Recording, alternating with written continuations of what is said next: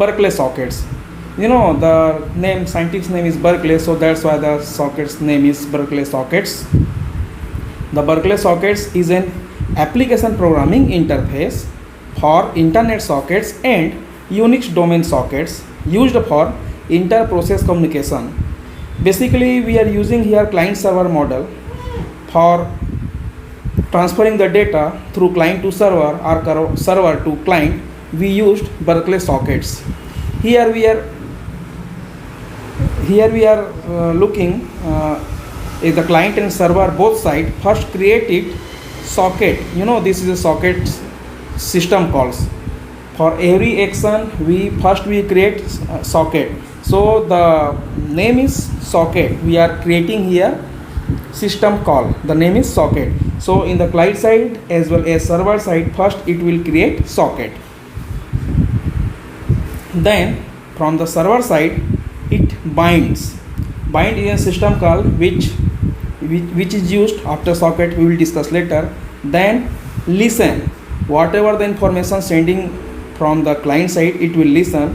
Then it will accept whatever the request sent from the client side. So from the client side, first it will create socket system call, that it will request for connecting through client to server, so that will accept by the server side. So locks until connection from the client. So it will lock means the connection is established until they do not transfer their data. Now after that, the server and client whatever want operation they can perform, means read or write. So after read or write operation, when the all operation has done, they send one close system call and close the connection. Now this is overall discussion of the Berkeley systems, Berkeley socket system. Now the elementary socket system calls are whatever the system call we have already read in the client and server model. Suppose socket system call, bind, listen, accept, read, write, close. That system call we will read one by one. So first is what is socket system call. So to do network input output, the first thing a process must do, it is to call the socket system call. First it will create system call. Whatever want they do, first they have to create the system call. Specify the types of communication protocol. Already we have discussed in the previous class what is the types of communication protocol. Communication protocols means either TCP or UDP, whatever we are using. So this is the syntax. And the next is bind. The bind system call assign a name to an unnamed socket. Suppose the socket has no name, so the bind system call first bind the unnamed to name. Now the next, connect. A client process connects a socket descriptor following the socket system call to establish a connection with a server. Here we can see the connect system call create from the client side, or now it will request for connection established to the server side. So this is a connect system call. Next is listen. This system call is used by a connection oriented server. Suppose we are using TCP protocol, that's why the system call listen is used. Now this system call is used by a connection oriented server to indicate that it willing to receive a connection. Suppose whenever the client is going to create any connection, so from the server side it will listen whatever the information sending from the client side. So that is the listen system call that will used for the or by the connection oriented by the server. Now accept.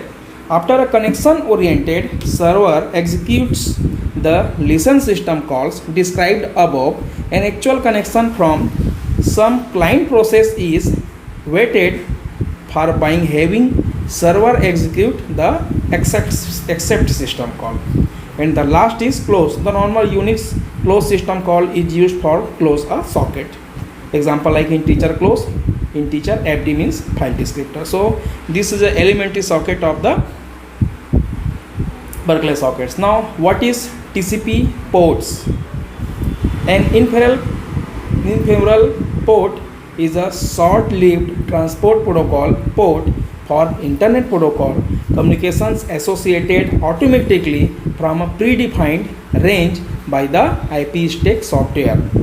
An ephemeral port is a typical used by TCP, that is transmission control protocol, UDP, that is user datagram protocol, or the extreme control transmission protocol as the port assigned for the client end of a client server communication to a well-known port on the server.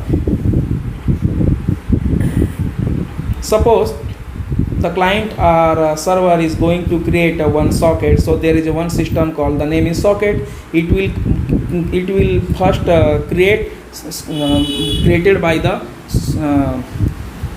socket system call. So for the establishment they use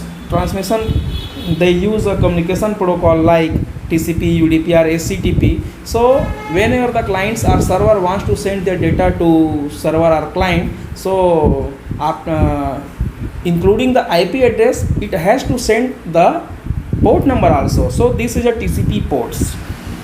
So for the every protocol there is a unique TCP ports. Now input output asynchronous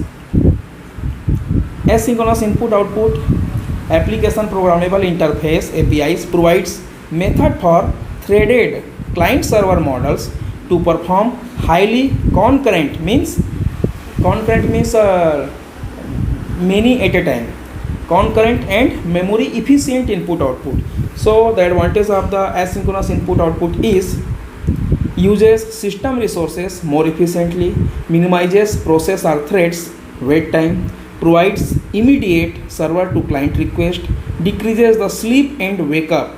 Means suppose the operation wants to another some operation, so it will go for the waiting condition or sleep condition. After getting that function or operation, it will go to the wake up condition. Handles busty operation application efficiently, provides better scalability, provides the more efficient method of handling large data transfers, minimizes the number of threads that are needed. So this is overall input output asynchronous advantage parts.